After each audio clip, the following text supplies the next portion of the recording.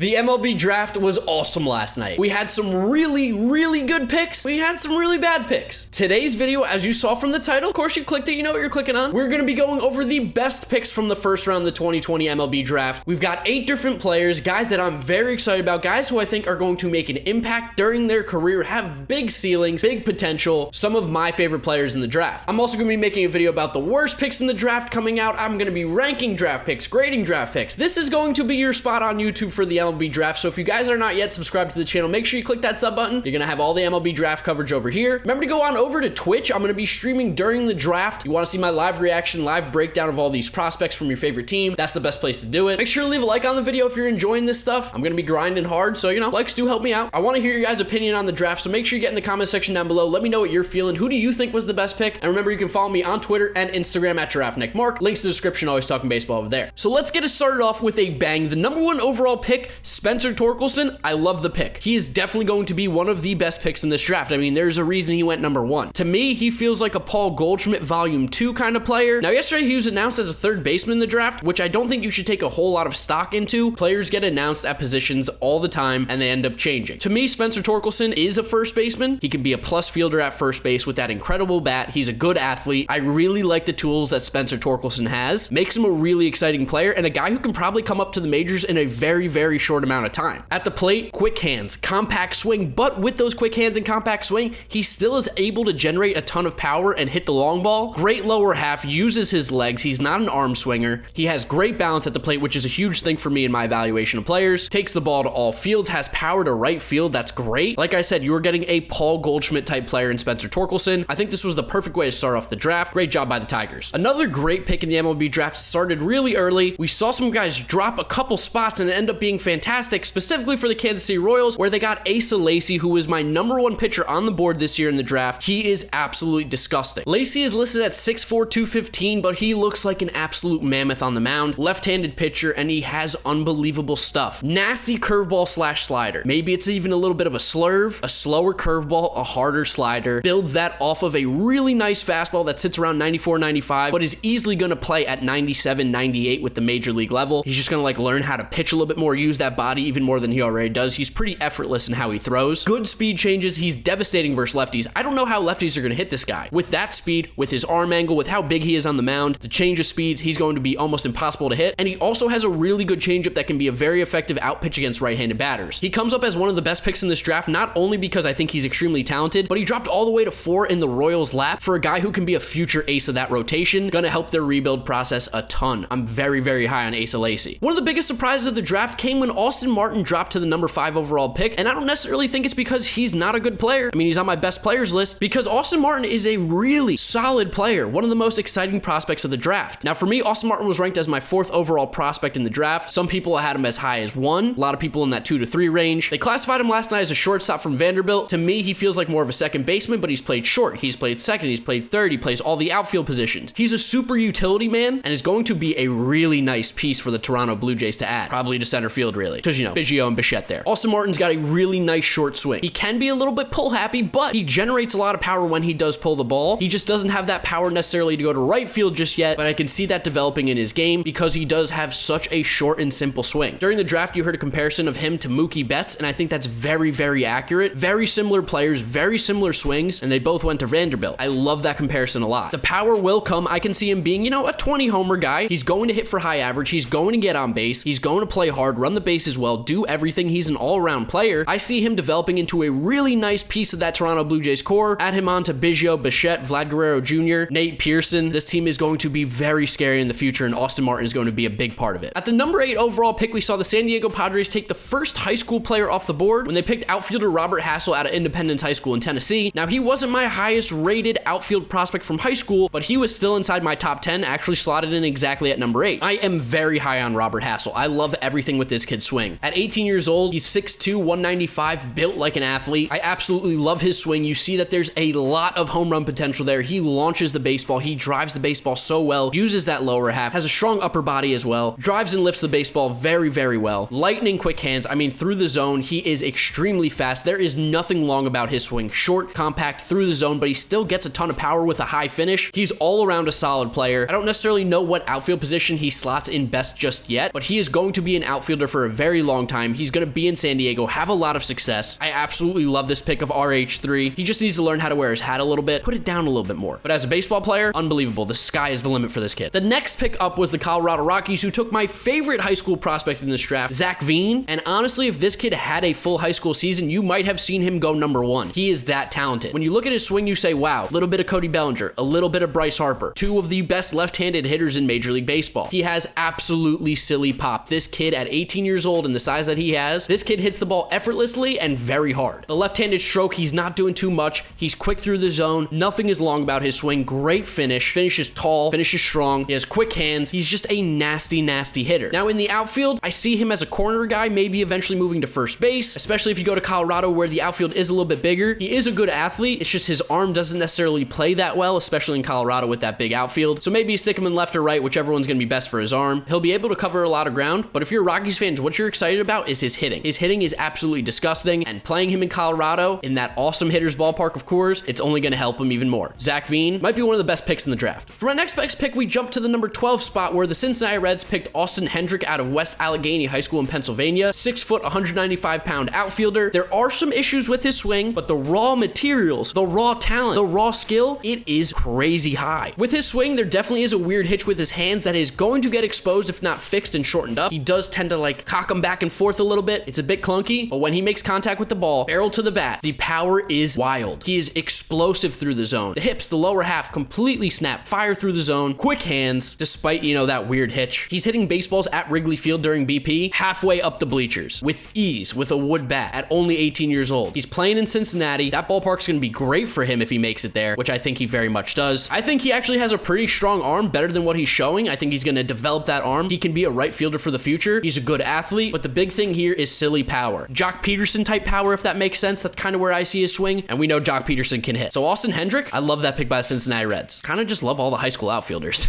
Now this next one hurts me because he was 1 pick away from the Mets. The Arizona Diamondbacks stole one of my favorite prospects, Bryce Jarvis, right out from under us. I can't speak highly enough about Bryce Jarvis. He went 18th overall. I have him inside my top 10 prospects in the MLB draft. I think this kid is just absolutely incredible. Right-handed pitcher out of the University of Duke. You might have heard about him because he had a phenomenal start to the season, including throwing a perfect game. I just love the talent that this kid brings to the table. Now, the reason he dropped to 18 is because we did see a big improvement from his game from 19 to 20, but because of the shortened season, we didn't get to see how long that improvement was going to last. So that's why some teams might have been a little skeptical about him, but he got his fastball up to 96, and let me tell you, this thing has life. It is sneaky. It looks faster than 96. The spin rate is going to be phenomenal on it. Lots of movement on his pitches. His fastball doesn't just come in straight. It's got some run to it. It's got some sink sometimes. Disgusting slider. Video game type stuff. Looks like a fastball, and then all of a sudden it just completely dips out. Really good curveball. Fantastic changeup. He has 4 MLB pitches in my mind, so I see him as a frontline starter going down the line. You're going to pair him up in Arizona with Zach Gowen, Luke Weaver. Mad Bum will still even be there. You've got all those young pitching prospects in Bukowskis and Corbin Martin that they acquired in the Astros trade. Bryce Jarvis, for me, is going to be one of those guys you look back at and go, man, at number 18, I can't believe he fell that far, because I think he has all the stuff to be a top-of-the-line pitcher in Major League Baseball, and he was 1 pick away from the Mets. I'm so salty. Which leads us now to the final player in today's video, the last best pick of the first round, and that's going to be Cade Cavalli, who ended up going to the Washington Nationals. Cade Cavalli, for me, as well, was inside my top 10 players. He slotted in right at the number 10 spot for me. The reason I think he fell to number 23 is going to be because there are some injury issues that could arise. He has had stuff in the past that could become a problem, but for me, I see a really, really big, strong kid who's got an incredible frame. I mean, massive shoulders, big legs, big arm. First thing I noticed when watching him, his fastball is heavy. He throws like 96, 97 miles an hour, but when it hits the catcher's glove, it makes like a different kind of thud. It's just heavy. I don't know how people are going to be able to hit this ball in the air. It seems like he's just going to be a ground ball machine. Really nice curveball. 4-pitch repertoire in my eyes. I think all of them are very good. He's going to improve on them. We know what the Nationals do with pitching. They are a pitching organization. They take guys, they make them better. I think that's exactly what they're going to do with Cade Cavalli. The only concern, literally, is going to be his injury stuff, and maybe the fact that he hasn't pitched a whole lot in his college career because he did start off as a first baseman. But based on what I've seen thus far through his highlights, through game film, I am crazy excited about Cade Cavalli. I had him as a top 10 prospect. I think he's going to be a guy that you watch down the line with the Nationals and you're going to go, wow, that was a fantastic pick. So those were the best picks in the first round of the MLB draft this season. I would love to know what you guys think about it down in the comment section below. Do you agree with me? Do you disagree with me?